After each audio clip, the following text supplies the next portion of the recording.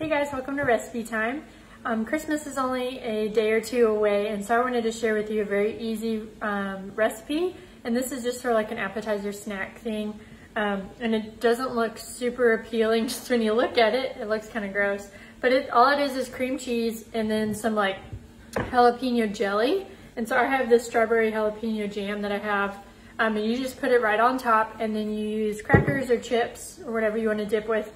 And you just nibble on this, and it is super delicious. It's one of my favorite things to just have if I need something really quick to serve people, and most people really love it. So I hope you guys have a great holiday and that you are able to make this fun recipe.